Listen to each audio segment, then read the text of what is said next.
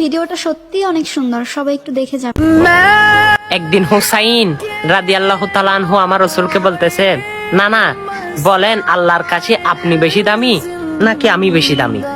তখন আমার রাসূল হেসে হেসে বলে, হুসাইন, আমার আল্লাহর কাছে আমি বেশি দামি। তখন হুসাইন বলে, না না না জান, আমি আল্লাহর কাছে বেশি দামি।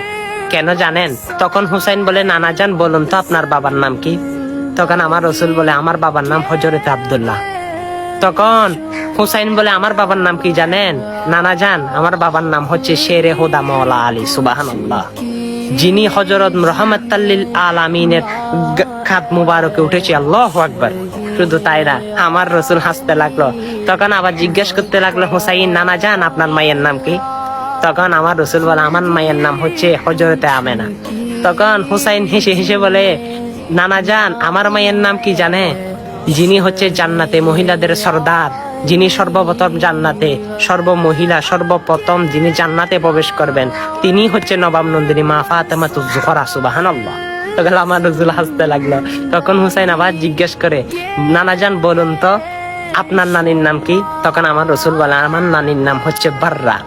তখন হুসাইন হেসে বলে, আমার নানির নাম কি জানেন? আমার নানির নাম হচ্ছে মা হাতিজাতুল কুবরা, যিনি কে আল্লাহ রাব্বুল আলামিন স্বয়ং সালাম পাঠিয়েছেন, যিনি কে আল্লাহ রাব্বুল আলামিন মৃত্যুর পর তার কবরে 3টা প্রশ্নের জবাব দিয়ে দিয়েছেন। সুবহানাল্লাহ।